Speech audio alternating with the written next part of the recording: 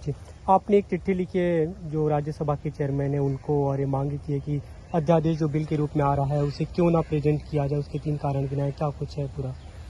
आज मैंने भारत देश के उपराष्ट्रपति और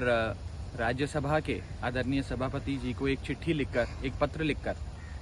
साफ तौर पर ये बात रखी है कि दिल्ली सरकार की शक्तियां छीनने वाला जो अध्यादेश केंद्र सरकार लाई है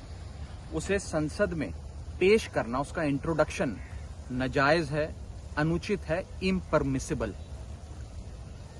11 मई 2023 को सुप्रीम कोर्ट की संवैधानिक पीठ ने, कॉन्स्टिट्यूशन बेंच ने एक सर्वसम्मति से यूनानिमस निर्णय दिया था, जिसके तहत तमाम शक्तियां अफसरशाही से संबंधित, सर्विसेज से संबंधित, अफसरों से काम लेने की, उनको काम देने की जो शक्ति है वो चुनी हुई, लोकतांत्रिक ढंग से चुनी हुई अरविंद केजरीवाल जी की सरकार में है। ये बात सुप्रीम कोर्ट ने अपने निर्णय के माध्यम से सिद्ध करी। 11 मई 2023 को यह फैसला आया और मात्र 8 दिन के भीतर केंद्र सरकार एक ऑर्डिनेंस लाकर, एक अध्यादेश लाकर इस फैसले को उलट देती है, पलट देती है, ओवरटर्न कर देती है। इस अध्यादेश को अब राज्यसभा में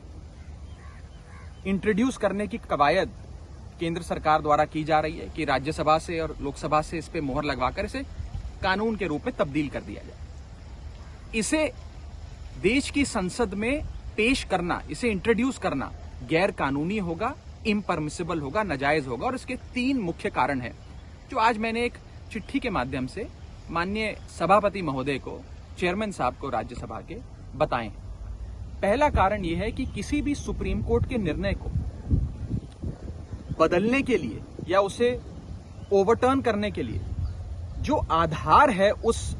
सुप्रीम कोर्ट के निर्णय का, उस आधार को बदलना पड़ता है। अगर आप आधार नहीं बदलेंगे और मात्र एक अध्यादेश लाकर सुप्रीम कोर्ट के फैसले को पलटने का प्रयास करेंगे तो वो गैर कानूनी ठहराया जाता है। No law can nullify a supreme court judgment without changing the basis of the supreme court judgment. ये मेरा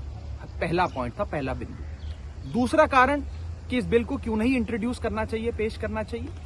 वो ये है कि देश के संविधान के अनुच्छेदों को, आर्टिकल्स को प्रभाव देने के लिए या उसे पूरा करने के लिए, सप्लीमेंट करने के लिए या इफेक्ट देने के लिए ही कानून बनाए जाते हैं। आज इस अध्यादेश के माध्यम से संविधान के अनुच्छेद 239AA को तहस नहस किया गया है, ना कि उसे प्रभाव में लाने के लिए या पूरा करने के लिए अध्यादेश लाया जा रहा है। ये इफेक्ट देने के लिए या सप्लीमेंट करने के लिए संविधान के आर्टिकल 239AA को नहीं लाया गया कानून। ये कानून उस अनुच्छेद की धज्जियां उड़ा देता है और संविधान का जो असल लेटर एंड स्पिरिट है उसे तार तार करता है। ये दूसरा कारण है कि क्यों नहीं इस प्रकार का कानून संसद के भीतर लाया जाना चाहिए। और तीसरा और सबसे महत्वपूर्ण कारण जो मैंने अपनी चिट्ठी में भी लिखा है कि क्योंकि अब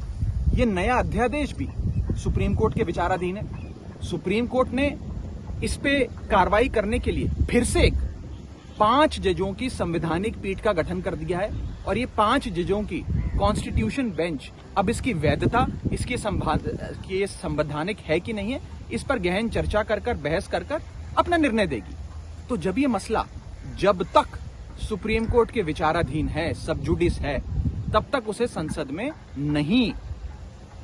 पेश करना चाहिए और उस पर किसी प्रकार की बहस या वोटिंग नहीं होनी चाहिए। ये जो पूरा लेजिस्लेटिव एक्सरसाइज करने का प्रयास, एक विधेयी कार्रवाई करने का प्रयास केंद्र सरकार कर रही है, ये पार्लियामेंट के, राज्यसभा के अधिकार क्षेत्र के बाहर है, अधिकार क्षेत्र में नहीं आता, क्योंकि ये कानून ही पूरे तरीके से गैर कानूनी और असंवैधानिक है। ये 3 कारण बताते हुए मैंने चेयरमैन साहब से विनती करी है कि इस कानून को विड्रॉ करें, इसे कतई भी इंट्रोड्यूस ना होने दें, पेश ना होने दें, और केंद्र सरकार को ये हिदायत दें कि इस प्रकार के गैर कानूनी अध्यादेश या गैर कानूनी बिल्स पार्लियामेंट के भीतर नहीं आने चाहिए। फ्राइडे को